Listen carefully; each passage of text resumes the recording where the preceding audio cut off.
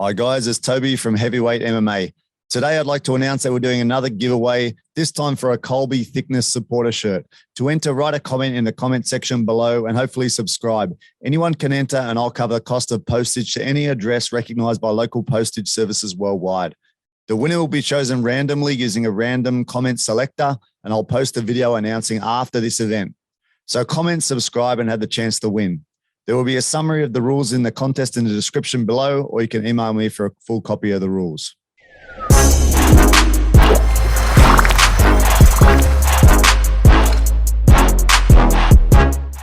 Okay, it's Toby from Heavyweight MMA, again with MMA fighter Colby Thicknesse, talking about some big fights. UFC 270 coming up January 23 in 2022. Big fights between Francis Ngannou versus Ciryl Gane and Brandon Moreno versus Davidson Figueiredo. Let's have a chat about Ngannou versus Gane. What do you think, man? I think this is a great heavyweight matchup, and it has the potential to be a sort of heavyweight fight for the ages. We have Ngannou, who's that real sort of scary puncher type, and we have Gane, who's that real sort of technician, real slick striker. So it's going to be a cool matchup to see how it plays out. Yeah, man. You're looking at the tail of the tape between them. Ngannou's got 4 years. He's 4 years older at 35 versus 31. Both of them are 6'4", and Ngannou's got 2 inches of reach on him. And Ngannou's about 7 kilos heavier at 119 kilos of pure punching power. When looking at their records, we've got 19 fights, 16 wins versus 13 wins, undefeated. But he's also had another 13 Muay Thai fights on the way as well, Gane. So it's probably roughly similar in many ways, you would say, but they're dissimilar in their kind of styles, man. I guess we can talk about that a little bit. Yeah, I think the experience factor here is pretty similar between the two. But like you said, it's this real sort of stylistic matchup, which is going to make it interesting. Because as you see, when Ngannou first came into the UFC, he was real sort of, he would have that touch of death, and then he was killing people. But then he came up against someone like Stipe, and he did get wrestled and everything like that. But then we saw he came back, he evolved from that loss, and then he looks like Ngannou 2.0 the most against that rematch. And then we have Gane on the other hand, who's shown some impressive submission finishes on the ground, but as well as his striking and especially his movement. Like everybody says it, he's a heavyweight that moves like a middleweight, like a lightweight sort of thing. Like he's so graceful on his feet, he's striking so crisp, his kicks, his in and out, his movement. It's going to be sort of cool to see what adjustments they have and what the game plan for each of them will be coming into this fight. Yeah, and you just mentioned Ngannou, man. Back to him, he's just knocking out everyone still. Kills Stipe, like just killed him. Rosenstrike was just crazy, just walked in, throwing whatever the fuck he wanted, not even any technique whatsoever, and just like knocks him out cold. JDS TKO, back to Kane, Velasquez KO, Curtis Blades TKO over him. Monster nearly disconnected his head from his shoulders. He's just a killer, man, and just really that touch of death, that God hand, man, is the main thing that he has. People talk about his technique improving and everything, but you look at that Rosenstrike fight, you even look at the fight against Stipe, and there isn't that much technique. It's just raw power, like a raw athletic, powerful man, he just kills everyone. It's amazing. Yeah. as a heavyweight. Man, it seems that like sand mining and doing pickaxe work is like the best foundation for MMA power, because he hits like a truck sort of thing. He's just like that real specimen. And like you said, it's just a touch of death power. But I think the biggest issue with that being his main path to success in his fights is that Ciryl Gane's a very hard guy to hit.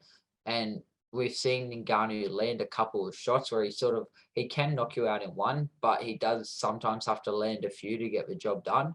Whereas I don't see Ngannou having the chances to land multiple shots in Ciryl Gane. Don't get me wrong, I think he can sort of catch him with that one off, but I think he may only get 1 or 2 strikes like that. Then otherwise, I think Ciryl Gane's going to get some reads. So it's going to be cool to see if that sort of technical difference will really shine in this fight, if Ciryl is as ahead as we thought, and if Francis isn't there, or if Francis was able to sort of catch up a little bit more.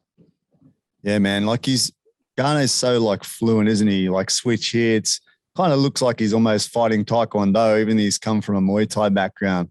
Can sneak in knees, can sneak in elbows, great coordination, distance management and understanding of distance is quite amazing. I would say one of the weaknesses in his game when he's fighting someone like this, he just seems a little bit like he's standoffish, you know. He backs off a lot when people are attacking and likes to come in on his own terms. And I don't know if how's he going to do it, because he's got this monster in front of him. He's going to, the way his type of style, I think he's going to run a lot in the fight. So just wondering like how that translates to winning a fight when he's on the back foot a lot, because I'm going to see him being on the back foot a lot with Francis, because he is with everyone. He's fought a little bit here and there. So I just wonder, what will their game plan be? And secondly, will they consider the takedowns? Because it seems from what we can see that he's got a better, an advantage in wrestling, an advantage in submission. So yeah, it'll be interesting to watch. I think what you said about Ciryl Gane being on the back foot for most of this fight is a good point, because he will most likely be on his bike for a lot of this fight. And how that will play into his strategy is, I'm thinking if he is on his bike, he's just going to look to probably do his fakes, his looks, and he's going to want to try and draw out the first two big swings of Ngannou and then counter off them.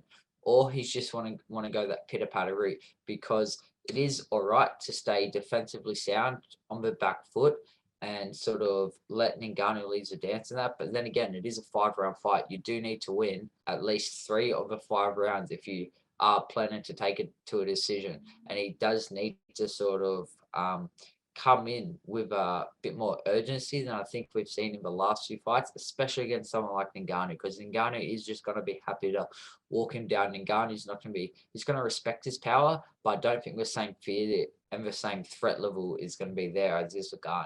So I think it's interesting where I think maybe taking that back foot initiative, but as well as adding in some level change threats, adding some cage wrestling, makes it more of an actual MMA match instead of just a kickboxing match. And I think that's going to be his most successful route. Yeah, as seems to be the case in a few of these fights, when you got such a big hitter, it would really help for him to sort of drain that power a little bit, which may involve clinching and trying to take it to the ground, especially if he can do so in the first round, just to take the edge off Ngannou's punches, right? And secondly, I think he's going to definitely, without even thinking about it, from the get-go, he's going to start smashing Ngannou's legs like he did with Lewis, because it takes the power off, but it also, from his distance and because he's so loose, he can just start hitting that leg so many times before he gets hit himself that's one of his paths to slowing down the big Ngannou, right? So he's going to have to hit that leg heaps, hopefully look for some sort of wrestle or takedown to take the power off. And then if he doesn't get knocked out in the first 1 or 2 rounds, it's pretty likely when you're fighting Ngannou, then he might come into his own in the 3rd, 4th, 5th, I reckon. Yeah, I think it's going to sort of be like Gane almost has to disarm Ngannou in a sense. Is he can't just win a traditional fight. He might even need to purely flick a high left kick up, purely to get Ngannou to raise his right hand, purely so just he can come in safely and land a jab, or purely so he can keep that threat there and sort of shut down. Same thing with the leg kicks. He's going to need to work the leg kicks to stop Ngannou just marching forward on it. He's going to need to throw things down a center line to the belly to slow him down. He's going to need to add in level change movements. So I think if Gane comes out like that, throwing lots of different things at him, I think he could be in for a successful night. However, like we always say, it only takes one punch from someone like Ngannou, and all it takes is he might mistime a low kick, he might mistime a read coming in, and if Ngannou hits him, it can be lights out. Yeah, and in the interview, he did an interview recently, and he said, talking about sparring Ngannou before, he said, this man is very tough. He's no joke, So he obviously acknowledges how dangerous Ngannou is. So I'm expecting him to be well aware that, he's got to maintain his range and be perfect on that day. And I think he's going to come out like a fencer, It'll be like a fencer fighting someone with a sledgehammer, He's going to dart in, dart out, see if he can get it to the ground or against the cage to wear him out. But I think he's going to use his skills to just like touch him up, and use his skills versus power. But he can turn it on when he wants to as well. So if it does, I think, get past the first or second round, he's going to be looking for an opening where he can take him out. He did so before in a few of his fights. He looked great against Lewis anyway. When the blood was in the water, he smelled it and started turning it up a notch. Yeah, he definitely has that killer instinct. And as you would expect, someone as his high caliber of striking, if he sees an opportunity where he sees a hole and he can exploit that hole, get a few strikes and see Ngannou's hurt, I don't have any doubt in my mind that Gane can't finish Ngannou. do I see it playing out in this fight? Not as much as I see Ngannou getting the finish, but I still think it's a possibility. Yeah, man. So what's your final prediction for the fight anyway? Oh, man, this is hard. Like, Ngannou's been on a roll, just knocking everyone out, and Gane's been looking fairly. I'm going Ngannou first round KO. As much as I said all this stuff about Gane having the elite striking, the slick footwork and everything, I just think Francis is just too dangerous. All it takes is that one. I know this is going to be the most high level striker he has versed yet, so it's probably the worst guy to go against a first round knockout. But for some reason, I just think Ngannou gets it done again. Yeah, man. I find it hard also to go against Ngannou, but watching the fights that he's had with Rosenstruck especially, it just throws me off so badly when you're watching slow-mo, Ngannou coming in like throwing like the worst punches ever. Like that's where you're looking and going, what? People are saying his technique's improving. Look at that, man. Like look at what he's coming in with. He's a wild man, you know, and obviously it worked. But when you're putting that against someone that's just got such artistry, man, I'm kind of like inclined to go with the artistry and just in the hope that, you know, that pure skills and that can sometimes overcome the beast. So I'm hoping that we get out of the first, second round and then we can really see Gane take over and potentially get a knockout. But I'm thinking Gane, I'm going to say Gane knockout in the later rounds, man, just to go against you. One thing on what you said about the wildest, though, as you would know from fighting, some of the hardest spar rounds you can have isn't even against the most skilled guys. It's just against them awkward guys who technique isn't there for that throw punches from weird angles and they catch you. Doesn't matter how skillful and everything else. They throw that punch from a weird angle and you don't see it coming, it can clip you. And I think that also plays into the advantage of Ngannou, purely because he isn't going to try and go out there and be like, he knows he's not going to have a cleaner jab, a cleaner cross of that. But he knows if he just throws them nice and hard and he hits him, he can go to sleep. Yeah, that's true, man. Sometimes guys on their first day in the gym are more dangerous than guys who've been there for a few years because they hit with weird timing and weird angles. It's so strange, eh? Yeah. All right, man. Let's move on to the next one. Moreno versus Figueiredo. Moreno 27, Figueiredo 33. Moreno's a couple of inches higher. He's got a couple of inches reach. They're both black belts. Moreno 26 fights, 19 wins. Figueiredo 23 fights, 20 wins. Both very experienced guys, both high-level grapplers. I would say Moreno is probably a higher work rate versus Figueiredo has a little bit more punching power when he can land it. They had some great fights already. Their first fight was a banger. Their second one was pretty good. But Figueiredo didn't seem to really show up on that one, man. What do you think about this third fight? I have to agree with you on that second fight where I don't think Figgy showed up sort of thing. I think for the first fight, he sort of not overlooked Moreno, but I just don't think he thought the fight was going to play out how it did. I think he thought he was going to be able to put Moreno away, and Moreno had that dog, and he really brought it to him. I think that took Figgy by surprise.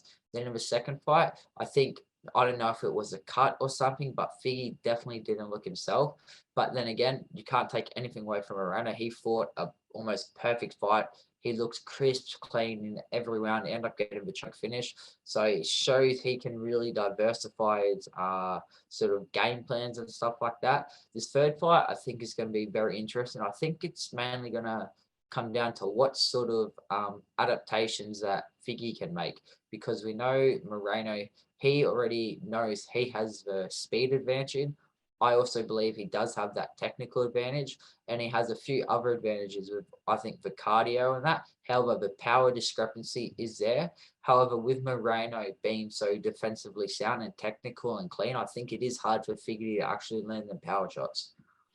Yeah, it's pure speculation, but I feel like Figueiredo will be the type of guy that will do the same thing again. Moreno seems to be the guy that's trying to develop. You know, he's working boxing with Canelo, etc. And I think he's probably the one that's going to bring more of a changed game than Figueiredo. But Figueiredo is a beast. There's no doubting that he's a beast. And I think I don't know what it was in the last fight either. I know he's had issues with weight cutting. He could have just been depleted from that. He did look very flat.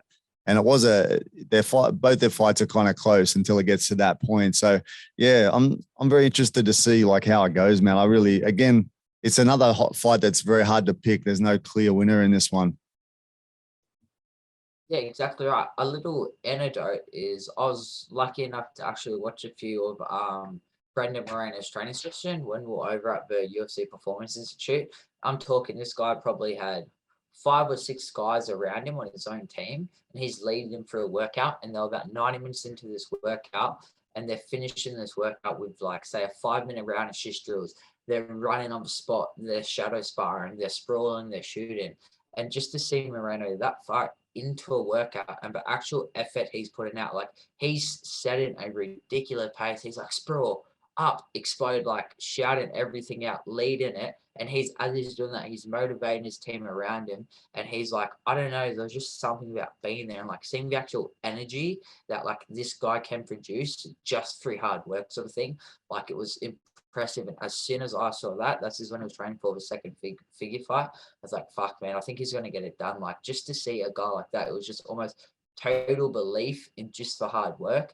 And he was just leaving 100% out there. But he was leaving 100% out there since the first minute he walked on the mat to the 90th minute. Like, he was giving it all. Just his work rate, his work ethic, that. And you could sort of see how his cardio, even in that first fight, he went for 5 rounds, it was still super fresh, still clean, striking, everything like that. And I think it also comes back to, like you said, how he is constantly evolving. He's working with Canelo's. He's the sort of guy, if there's something to learn over here, he's going to go. What he knows, like, today is enough, and he's always looking to evolve and get better. I think that's a sort of showing of a real sort of true champion. Yeah, man. I kind of see Moreno as, like, the way he fights, he kind of reminds me of the old school, like, Mexican boxers, man. Like, he just has that, like you said, work ethic. You can see that he moves nice and he wants to fight. Like, he's got that fight inside him, man. He doesn't look like his mentality seems really strong. I think it'd be nearly impossible to get out of there, right? Like, he's gonna fight to the death the way his style is, man. And also he's coming into his own, man. He seems to be a little bit more confident. He's a really nice guy. He's getting the crowd behind him. I think he's really going to be, a champion for a little while. So I'm picking Moreno just because of that work rate. And I think that Figueiredo is going to look for those single big shots again. Although he's dangerous in every area, he's dangerous stand-up, he's dangerous on the ground as well. I think Moreno is the one that's going to take over with his high work rate, man, and potentially finish again. Yeah, I definitely agree. It's like nothing to take away from Figure. He's arguably the second best guy in the flyweight division. I think on any given day, he can also beat Moreno. However, I think Moreno just has his number. I think the cut for Figure is going to be not too much, because he does constantly make it, but I think it's going to drain him, and you don't want to be drained coming into a fight against a guy like Brendan Moreno, who's know that he's going to be there for 25 minutes. I think if Moreno starts strong like he did, he sort of comes with that forward sort of counter pressure, in the sense he'll pressure to draw out counters to make Figure miss and exert more energy, just missing with the power shots. He starts mixing in the level changes, starts ripping the body, really starts to drain Figueiredo. I think I can see him getting maybe like a 4th or 5th round. He got the 3rd round last time, but I think maybe a 4th or 5th round finisher. I think he's just going to crumble Figure. Yeah, man. All right. Thanks for your opinion, bro. And I'll catch you next time. No worries at all, bro. Thanks for having me.